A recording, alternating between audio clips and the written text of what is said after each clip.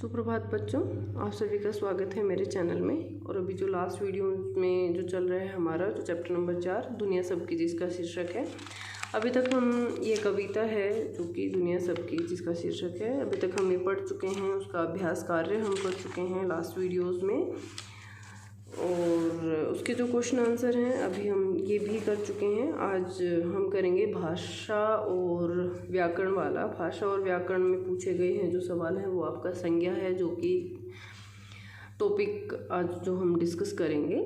संज्ञा, जैसे कि आप सबने पढ़ा ही होगा लास्ट जो क्लास में भी आपने, संज्ञा क्या होता है? किसी व्यक्ति, वस्तु, स्थान आदि के नाम को संज्ञा कहते हैं।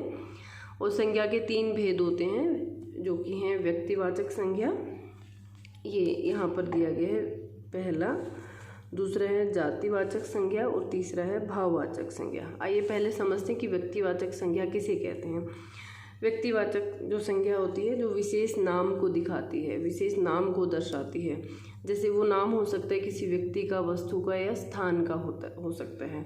जैसे कि इसमें साइना नेहवाल, साइना क्या है? एक खिलाड़ी का नाम है, या फिर कह सकते हैं एक लड़की का नाम है, तो ये क्या है? एक व्यक्तिवाचक संज्ञा है। भारत, भारत क्या है? एक देश का नाम है। तो जब एक देश है वो क्या है? एक जाति को दिखाता है, परंतु जब उसका नाम आ जाता है तो वो क्या है? व्यक्तिवाचक संज्ञा बन जाती है। हिमालय एक पर्वत श्रृंखला है जिसका कि नाम क्या दे दिया है? हिमालय। तो हिमालय क्या है? एक व्यक्तिवाचक संज्ञा है।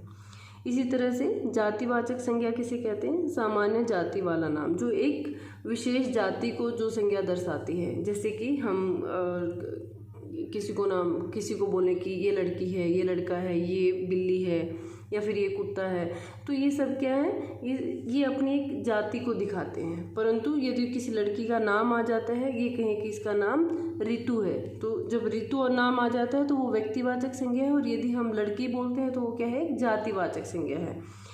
ठीक है। सामान्य जाति वाले नाम जातिवाचक संज्ञा को दर्शाते हैं। और जैसे ऊपर वाले में क्या दिया था? साइना नेहवाल। साइना नेहवाल क्या है? खिलाड़ी।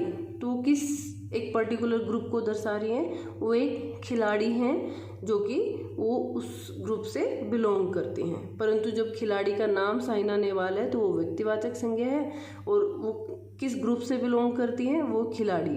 तो ये क्या है? जातिवाचक संज्ञा है। भारत, भारत क्या है? भारत हमारे देश का नाम है। तो देश एक पर्टिकुलर ज्योग्राफिकल कुछ फीचर्स के बेस पे हम किसी देश को बोलते हैं कि ये जो है इसको हम देश कहेंगे, ये एक कंट्री है। तो जब कंट्री का नाम होता है तो वो क्या होता है? व्यक्तिवाचक संज्ञा है। परंतु यदि हम कंट्री बोलते हैं या देश बोलते हैं या फिर नगर बोलते हैं तो वो क्या बन जाता है? जातिवाचक संज्ञा। नगर और देश में डिफरेंस होता है। नगर जैसे कि पुणे एक नगर है, शहर, कोई भी एक सिटी है। ठीक है। जब सिटी का नाम आ जाता है तो वो व्यक्तिवाचक संज्ञा होगी। यदि हम कोई शहर बोलेंगे तो शहर क्या है? जातिवाचक संज्ञा है। हिमालय क्या है? हिमालय क्या है? पर्वत है। किस जाति को दिखाता है वो? पर्वत जाति को। ठीक है। तो जब नाम है तो वो एक व्यक्तिवाचक संज्ञा है, परंतु यदि उसका नाम नहीं देते हैं और उसकी सिर्फ वो किस ग्रुप से बिलोंग करता है उसको हम दर्शाते हैं तो वो एक जातिवाचक संज्ञा बन जाती है। इसी तरह से नंबर 3 है जो संज्ञा का जो भेद है वो है भाववाचक संज्ञा। भाववाचक संज्ञा हमें क्या दर्शाती है? भाव, गुण, अवस्था आदि के नाम को भाववाचक संज्ञा द्वारा दर्शाया जाता है। जैसे कि नफरत, मिठास, बुढ़ापा आदि। भाववाचक संज्ञा में हम गुण या दोष को दिखाते हैं, या फिर उन सभी भावों को दर्शाया जाता है। किसी अवस्था को, भाव को, गुण को दर्शाया जाता है जिनको हम फिजिकली, जिनको हम टच नहीं कर सकते, सिर्फ महसूस कर सकते हैं। नफरत, आप नफरत को नहीं देख सकते हैं, बट किसी एक पर्टिकुलर एक्टिविटी से आप देख सकते हैं कि कोई किसी से हेट करता है, नफरत करता है। मिठास, आप मिठास को कोई सिर्फ एक जीभ से, आप उस अपनी जीवा से या जीभ से उसको आप टेस्ट कर सकते हैं, परंतु उसको बता नहीं सकते हैं कि मिठास इस रंग का होता है, या उसको हम छू नहीं सकते हैं। बुढ़ापा, बुढ़ापा क्या है? एक किसी भी व्यक्ति की आयु के अनुसार या उसकी शरीर के उसके हाव भाव के अनुसार हम देख सकते हैं कि उस व्यक्ति में बुढ़ापा आ गया है, परंतु उसको हम सिर्फ महसूस कर सकते हैं, उसे हम काउंट नहीं कर सकते हैं, फिजिकली उसको टच नहीं कर सकते हैं कि वो कैसे आया है। तो इस प्रकार के जितने भी अवस्था, भाव या गुण जो दर्शाए जाते हैं वो भाववाचक संज्ञा द्वारा दर्शाए जाते हैं।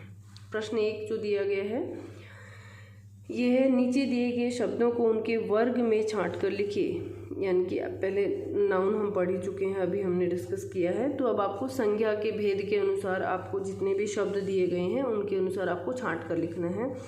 इन्हीं दिए गए शब्दों में व्यक्तिवाचक जो संज्ञा है वो है अकबर, बीरबल, फतेहपुरी और टोडरमल।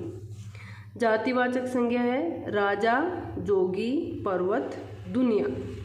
भाववाचक संज्ञा है चतुराई, ज्ञान, अभिमान और अहंकार। अब प्रश्न नंबर 2 दिए गए हैं, नीचे अनुस्वार यानी कि डॉट, अनुनासिक, चंद्रबिंदु एवं नुक्ते पर आधारित शब्द दिए गए हैं।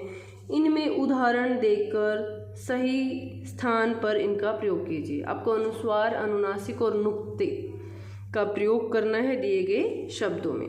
चांद में हम अनुनासिक का प्रयोग करते हैं, चंद्रमा में हम अनुस्वार का करते हैं, इसलिए ऊपर डॉट लगा दिया। जहाँ पनाह में हम क्या है अनुनासिक का प्रयोग करेंगे, ऊपर चंद्र बिंदु लगा दिया। अहंकार में यहाँ पर एक गलती हुई है, अहंकार में हम लोग अनुस्वार का प्रयोग करते हैं, तो इसलिए यहाँ पर हम क्या लगाएंगे, एक डॉट लगाएंगे। आंगन में क्या आएगा, चंद्र बिंदु आएगा। इजाज़त नुक्ता आएगा। गुंबद अनुस्वार आएगा, डॉट लगा दिया। फौरन नुक्ता आएगा यहाँ पे। जहाज, कमज़ोर, यहाँ पर नुक्ता आएगा ज़ै पे। कंकड़,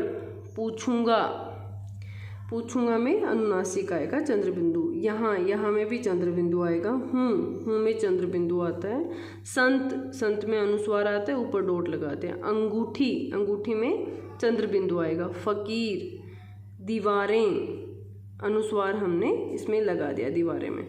मीनारें, फालतू, जंग, इनमें क्या आएगा, ये अनुस्वार अनुनासिक और नुक्ते का प्रयोग किया गया है शब्द में जहाँ पे इनकी आवश्यकता थी। प्रश्न नंबर 3 है, इन शब्दों से पाठ से अलग वाक्य बनाइए। आपको वाक्य बनाने हैं, कुछ शब्द दिए गए हैं तो आपको इनके वाक्य बनाने हैं। तो पहला जो शब्द दिया गया है दुनिया, तो इसके लिए मैंने जो वाक्य बनवाया है, यह दुनिया एक सराय के समान है, इसलिए हमें धन, संपत्ति, बल आदि पर अहंकार नहीं करना चाहिए। ठीक है। जो शब्द दिया गया है आंगन का जो मैंने वाक्य प्रयोग करवाया गया है आंगन शब्द को लेके, मेरे घर के आंगन में पीपल का पेड़ है। है साफ सफाई का ध्यान रख, बीमारी जो शब्द दिया गया है इसका वाक्य प्रयोग है, साफ सफाई का ध्यान रखने से हम कई प्रकार की बीमारियों से बच सकते हैं। है गुणगान, राजा अकबर पूरी दुनिया को अपने अधीन बताकर स्वयं का गुणगान करने लगे। तो इस प्रकार से जो दिए गए 4 शब्द हैं इनका वाक्य प्रयोग किया गया है, आप ये स्क्रीन पे देख सकते हैं। और मुझे आशा है कि आपको भाषा और व्याकरण के जो टॉपिक हैं वो आज का जो स्पेशली जो संज्ञा वाला टॉपिक था आप सबको समझ आया होगा। और आज के लिए इस वीडियो में हम सिर्फ इतना ही करेंगे। और यदि आपको मेरी वीडियो किसी भी प्रकार से हेल्पफुल लगती है, आपको समझ में आता है मेरी वीडियो में को सुन के या उससे पढ़ के, तो kindly like, share and subscribe my channel. धन्यवाद बच्चों।